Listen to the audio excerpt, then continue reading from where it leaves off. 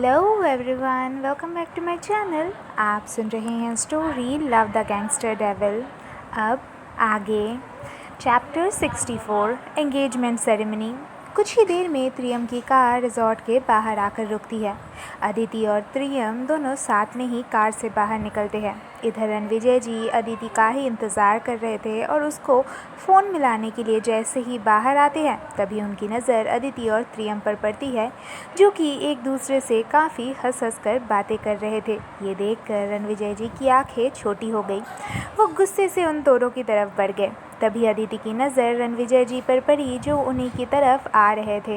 ये देखकर अदिति तुरंत ही त्रियम से अपना हाथ छुड़ाकर रणविजय जी के पास चली गई। ये देखकर त्रियम काफ़ी चिढ़ गया, क्योंकि अदिति का उससे हाथ छुड़ाकर रणविजय जी के पास जाना उसे पसंद नहीं आया। तभी त्रियम अपने हाथों को देखता, जिसको कुछ देर पहले अदिति ने थामा हुआ था, तो कभी अदिति को देखता, जिसने अपने पापा के हाथ पकड़ रखा था।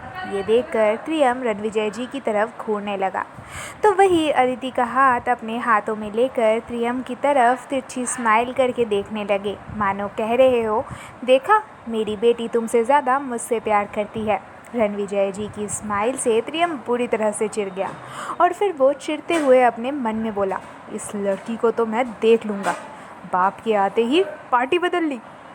इधर रणविजय जी रिजॉर्ट के अंदर पहुंचकर अदिति को सभी से मिलवाने लगे। तभी प्रिया जी रणविजय जी के पास आकर अदिति की तरफ देखते हुए गालों पर प्यार से हाथ फेरते हुए बोली, भाई साहब, ये हमारी वही नटखट वाली अदिति है ना?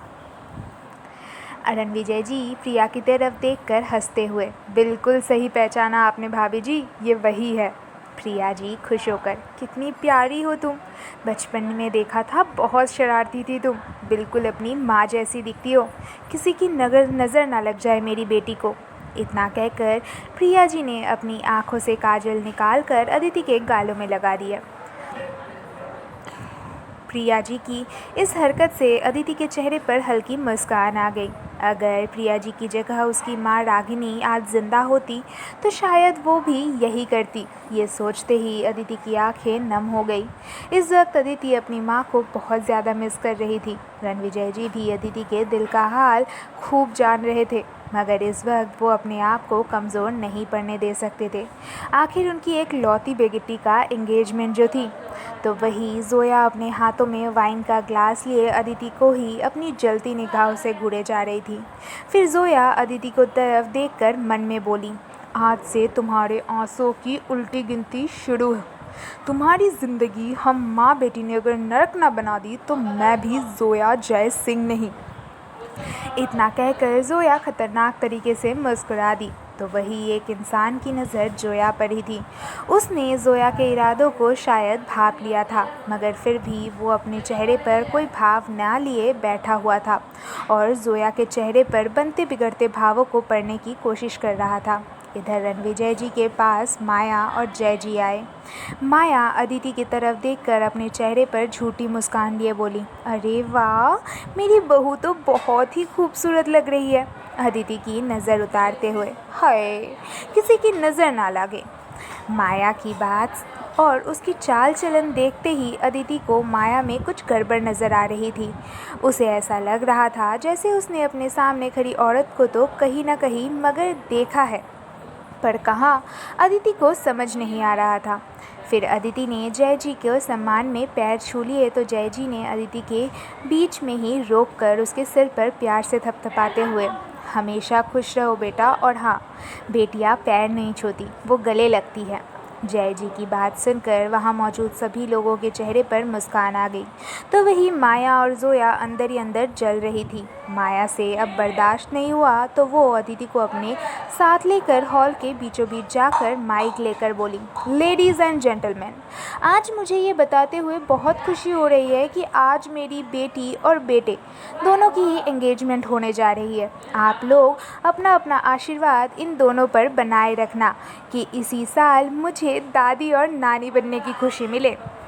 माया के इतने कहते ही हॉल में तालियों की गड़गड़ाहट गूंज उठी।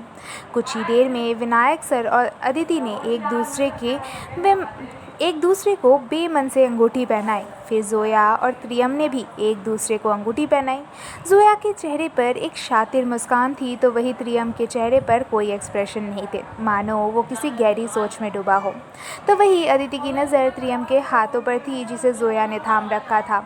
ये देखकर अदिति का गुस्सा आ रहा था। उसने भी विनायक सर का हाथ थाम लिया। अदिति के इस हरकत से विनायक सर अदिति की तरफ देखने लगे तो अदिति की आंखों ही आंखों में विनायक सर को प्रियम के हाथों की तरफ इशारा करने के लिए कहा। ये देखकर विनायक सर एक लंबी सांस लेकर छोड़ते हुए बेबसी से अदिति को देखने लगे। उन दोनों को एक दूसरे से रिंग एक्सचेंज करते ही हर तरफ तालियों की आवाज़ गूंज उठी। तो वही विनायक सर का दिल हज़ार टुकड़ों में टूट गया था। उन्हें घुटन सी हो रही थी इस रिश्ते में।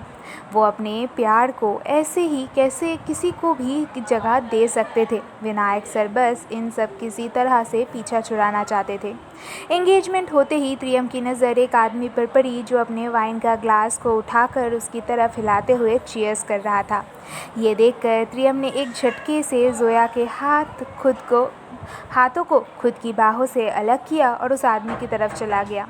जोया भी उस आदमी को देखने की कोशिश कर रही थी, मगर उन लोगों की डायरेक्शन उल्टी होने की वजह से जोया ये नहीं देख पा रही थी। आगे क्या होगा इस स्टोरी में जानने के लिए सुनते रहिए। Thank you.